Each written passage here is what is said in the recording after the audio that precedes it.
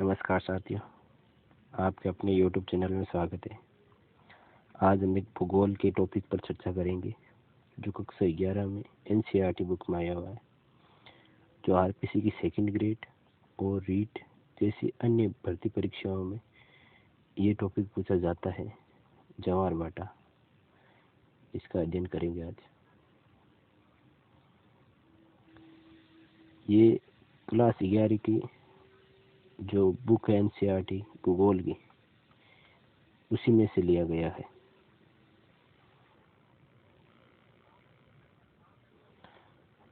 क्या है जवार भाटा? जवार भाटा है, इसको हम सीधा अध्ययन करेंगे। चंद्रमा एवं सूर्य के आकर्षण के कारण दिन में एक बार या दो बार समुद्र तल का नियतकालीन उठने या गिरने को ज्वार भाटा कहते हैं। जलवायु संबंधित प्रभाव यानी कि वायु एवं वायुमंडलीय दाब में परिवर्तन के कारण जल की गति को महरूमी कहा जाता है। मतलब कि इसमें कहा गया है तो समुद्र में ना हवाएं चलती है, हवा चलने के साथ समुद्र पानी ऊपर नीचे होता है, इसे महरूमी कहते हैं। महरूमी ज्वार भाटाओं की तरह नियमित नहीं होती। ज्वार भाटा एक निश्चित समय के लिए आता है, जैसे अमावस्या, पूर्णिमा को और जो सप्तमी और अष्टमी के दिन आता है। ज्वार भाटाओं का स्थानिक एवं कालिक रूप से अध्ययन बहुत ही जटिल है, क्योंकि इसके आवर्ती परिणाम तथा ऊंचाई में बहुत अधिक भिन्नता होती है। चंद्रमा के गुरुत्वाकर्षण के कारण तथा कुछ हद तक सूर्य के गुरुत्वाकर्षण द्वारा ज्वार भाटाओं की उत्पत्ति होती है। एक तो चंद्रमा का गुरुत्वाकर्षण सर्वाधिक होता है सूर्य की अपेक्षा।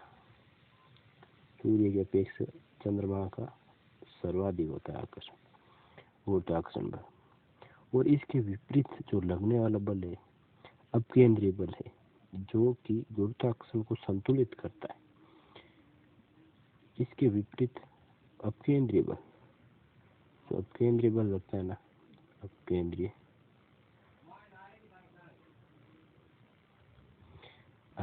बल जो सूर्य और चंद्रमा के गुरुत्वाकर्षण को संतुलित करता है। गुरुत्वाकर्षण बल तथा अपकेंद्रीय बल दोनों मिलकर पृथ्वी पर दो महत्वपूर्ण ज्वार भाटाओं को उत्पन्न करने के लिए उत्तरदायी है। चंद्रमा की तरफ वाले पृथ्वी के भाग पर एक ज्वार भाटा उत्पन्न होता है। जब विपरीत भाग पर चंद्रमा का गुरुत्वाकर्षण बल उसकी दूरी के कारण कम होता है, तब अपकेंद्रीय बल दूसरी तरफ ज्वार उत्पन्न करता है। ज्वार उत्पन्न करने वाले बल इन दोनों दो बलों के बीच के अंतर है, यानी चंद्रमा का गुरुत्वाकर्षण तथा अपकेंद्रीय बल। पृथ्वी के धरातल पर चंद्रमा के निकट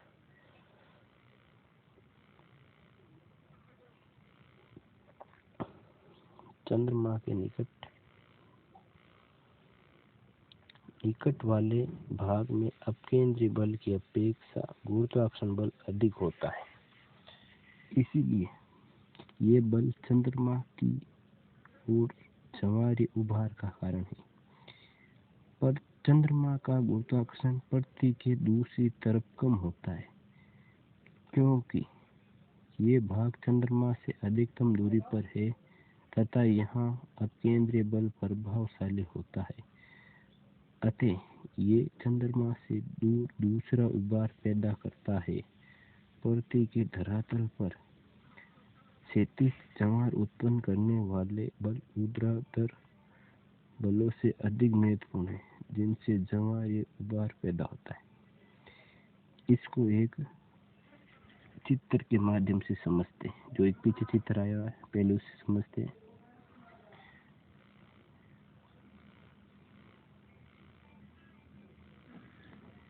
यह है पृथ्वी,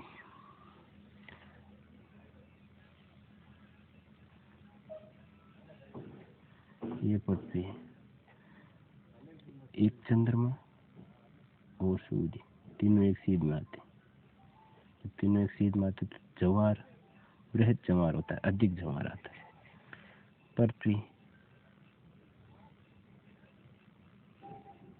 पृथ्वी, चंद्रमा और सूर्य, तीनों एक सीध में। इसमें चंद्रमा का गुरुत्वाकर्षण अधिक होता है सूर्य के अपेक्षा, तो इसमें ये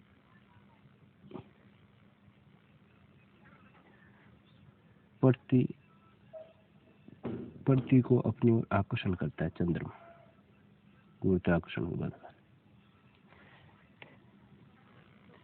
फिर आता है इसकी पृथ्वी की दूसरी तरफ लगने वाला बल है अपकेंद्रीय बल, जिससे ये अपनी ओर आकर्षित करता है। यहाँ अपकेंद्रीय बल काम करता है, यहाँ पर चंद्रमा का गुरुत्वाकर्षण बल काम कर रहा है, और यहाँ पर दोनों, एक अपकेंद्रीय बल, एक चंद्रमा बल, दोनों ही कार्य करते हैं।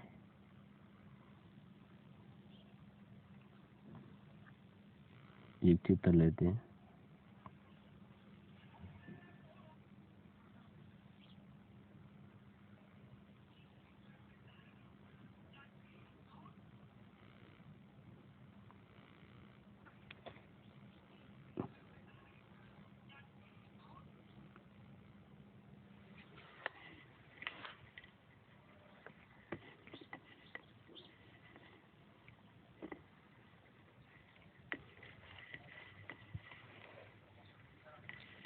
पृथ्वी,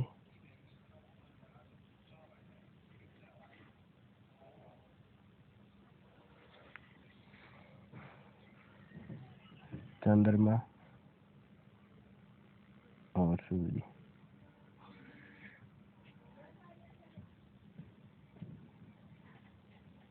चंद्रमा का गुरुत्वाकर्षण बल, इसका ग्रेविटी फोर्स, गुरुत्वाकर्षण बल, इसमें अपनी ओर आकर्षित करता है, इसमें ये अपनी ओर आकर्षित कर रहा है। और पृथ्वी के दूसरी तरफ लगने वाला बल, इस तरफ दूसरी तरफ लगने वाला बल अपकेंद्रीय बल होता है, जिससे ज्वार भाटा की उत्पत्ति होती है।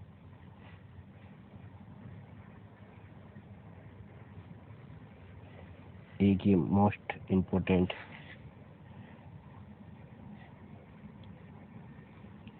कनाडा के ठंडी खाड़ी के ज्वार भाटा, विश्व का सबसे ऊंचा ज्वार भाटा कनाडा के नवा स्कोशिया में स्थित ठंडी की खाड़ी में आता है। ये पिछले एग्जामों में पूछा क्वेश्चन है, इसको मोस्ट कर। ज्वारीय उभार की ऊंचाई 15 से 16 मीटर, कभी कभी 18 मीटर तक ही पहुंच जाती है, क्योंकि यहाँ पर 2 उच्च ज्वार और 2 निम्न ज्वार प्रतिदिन आते हैं। ये लगभग 24 घंटे का समय है, लगभग कितना 24 घंटा। अतः एक ज्वार है ना 6 घंटे के भीतर जरूर आता है। अनुमान से ज्वारीय उभार 1 घंटे में लगभग 2.4 मीटर ऊपर उठता है। 1 घंटा में लगभग, एक ज्वार 6 घंटे में आता है, तो तब एक ज्वार 1 घंटे में 2.4 मीटर ऊपर उठता है। इसका मतलब ये हुआ कि ज्वार प्रति मिनट 4 सेंटीमीटर ज्यादा ऊपर की ओर उड़ता है। अगर आप समुद्री बीच पर टहलते वे समुद्री भर्गू के किनारे, यानी समुद्री किनारे पहुंचते हैं, जो प्राय वहां होते, आप ज्वार देखना नहीं भूलें। अगर आप 1 घंटे तक वहां हैं, तब आप पाएंगे वहां से आपने शुरू किया था, और वहां पहुंचने से पहले यानी पानी आपके सिर से ऊपर होगा। मतलब कि 1 घंटे में हम जाते हैं, वहां से अपने सिर से ऊपर चला जाता है, इतना ज्वार आता है। जहाँ महाद्वीपीय मग्न तट अपेक्षाकृत विस्तृत है, वहाँ ज्वारीय उभार अधिक ऊंचाई वाले होते हैं। जब ये जवारे उबार मध्य महासागरीय द्वीपों से टकराते हैं तो इनकी ऊंचाई में अंतर आ जाता है। मध्य महासागरीय द्वीपों से टकराते तो मतलब ऊंचाई कम हो जाती है। तटों के पास जवार नदी खाड़ियों की आकृतियों भी जवार भाटाओं की तीव्रता को प्रभावित करते हैं। शंक्वाकार खाड़ी जवार के परिणाम को आश्चर्यजनक तरीके में बदल देता है। जब जवार भाटा द्वीपों के बीच से या खाड़ियों तथा जवार मुखों से गुजरता है तो उन्हें जवारी धारा कहते हैं। अब है जवार भाटा के प्रकार। ये भी मोस्ट क्वेश्चन है, इसमें से हर बार पूछा जाता है। जवार की आवर्ती दिशा एवं गति में स्थानीय एवं सामयिक भिन्नता पाई जाती है। जवार भाटाओं की उनकी बारंबारता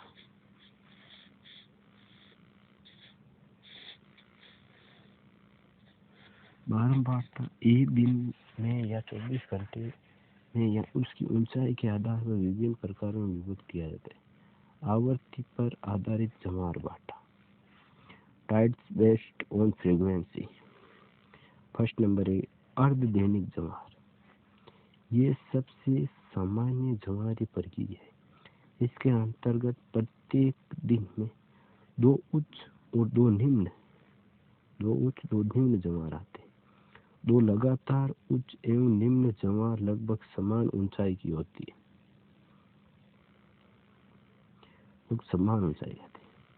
फिर है दैनिक जवार। दैनिक जवार में क्या है? इसमें प्रतिदिन केवल एक उच्च और एक निम्न जवार होता है। उच्च और निम्न जवार की ऊंचाई समान होती है। फिर आता है मिश्रित जवार। ऐसे जवार भाटा जिनकी ऊंचाई में भिन्नता होती है उसे मिश्रित जवार कहते हैं। कभी ऊपर कभी नीचे। जैसे ये जवार भाटा सामान्यतः उत्तर अमेरिका के पश्चिमी तट एवं प्रशांत महासागर में बहुत से द्वीपों समूह में उत्पन्न होते हैं। इसका एक उदाहरण है। फिर एक सूर्य, चंद्रमा एवं पृथ्वी की स्थिति पर आधारित जवार भाटा। मतलब कि तीनों एक स्थिति में आते हैं और तीनों एक स्थिति में समकोण पर आते हैं। उच्च जवार की ऊंचाई में भिन्नता पृथ्वी के सापेक्ष सूर्य एवं चंद्रमा की स्थिति पर निर्भर करती है। वृहद जवार और निम्न जवार, ये क्या है? सूर्य चंद्रमा और स्थिति के आधार पर। पहले है वृहद जवार। वृहद जवार क्या है? पृथ्वी के संदर्भ में सूर्य एवं चंद्रमा की स्थिति जवार की ऊंचाई प्रत्यक्ष रूप से प्रभावित करती है। जब तीनों एक सीध में होते हैं तब जवार उबार अधिकतम होता है। इनको वृहद जवार भाटा कहते हैं। ऐसा महीने में 2 बार होता है। एक तो पूर्णिमा के समय, दूसरा अमावस्या के समय होता है वृहद जवार। फिर आता है निम्न जवार या फिर लघु जवार। ये सामान्यतः वृहद जवार एवं निम्न जवार के बीच 7 दिन का अंतर होता है। इस समय चंद्रमा एवं सूर्य एक दूसरे के समकोण पर होते हैं तथा सूर्य एवं चंद्रमा के गुरुत्व बल एक दूसरे के विरुद्ध कार्य करते हैं। चंद्रमा का आकर्षण सूर्य के दोगुने से अधिक होते हुए भी ये बल सूर्य के गुरुत्वाकर्षण के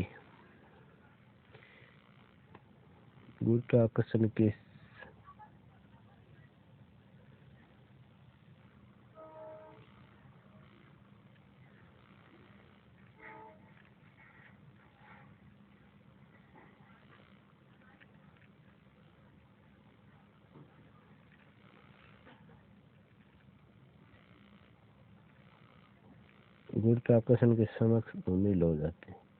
चंद्रमा का आकर्षण अधिक है इसलिए क्योंकि ये पृथ्वी के निकट है।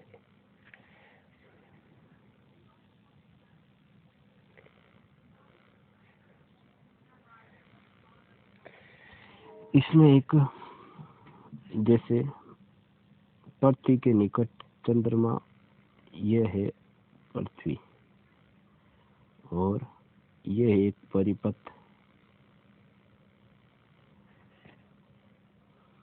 यहाँ पर ये घूम रहा है मून, चंद्रमा। और एक या दो स्थिति बनती है। जब पृथ्वी के चारों ओर चंद्रमा चक्कर लगाता है, जब एक स्थिति ऐसी आती है तो ये चंद्रमा पृथ्वी से अधिकतम दूरी पर है। यहाँ से कितना अधिकतम दूरी, अधिकतम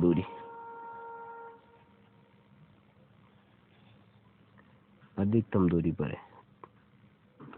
इसे अधिकतम दूरी को अपभू कहते हैं, अपभू। और यहाँ पर न्यूनतम दूरी,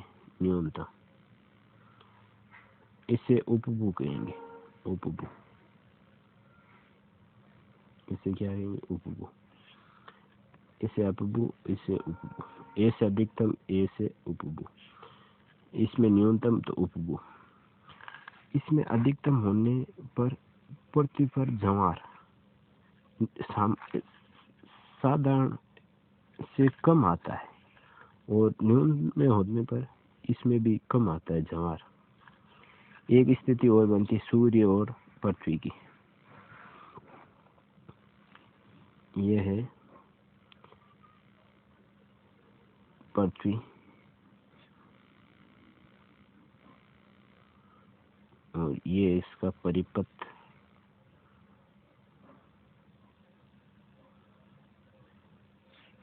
एक मिनट, ये बांध सूर्य और यहाँ पर पृथ्वी लगती। एक स्थिति यहाँ पर, एक स्थिति यहाँ पर, अर्थ, यहाँ अर्थ।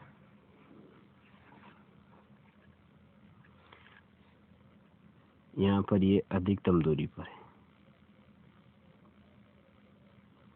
अधिकतम दूरी पर, और यहाँ पर ये न्यूनतम दूरी पर है। अधिकतम दूरी पर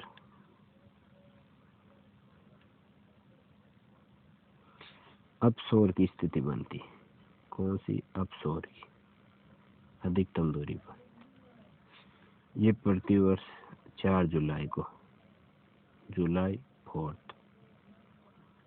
और ये है उपसौर की स्थिति बनती है। यहाँ पर उपसौर की स्थिति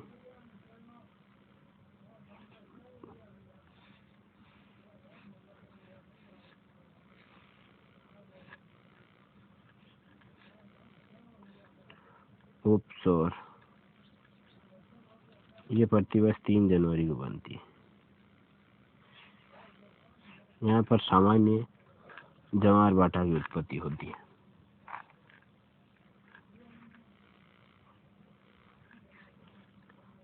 दोस्तों, अगर वीडियो पसंद आए तो इसे शेयर करना, और चैनल पर नहीं आए तो चैनल को सब्सक्राइब जरूर करना। और हमारे टेलीग्राम चैनल से जुड़ने के लिए लिंक डिस्क्रिप्शन में, इसे जुड़िए, जिससे यहाँ पर प्रतिदिन नई सूचनाएं और इसकी PDF की लिंक मिल जाएगी टेलीग्राम पर। धन्यवाद।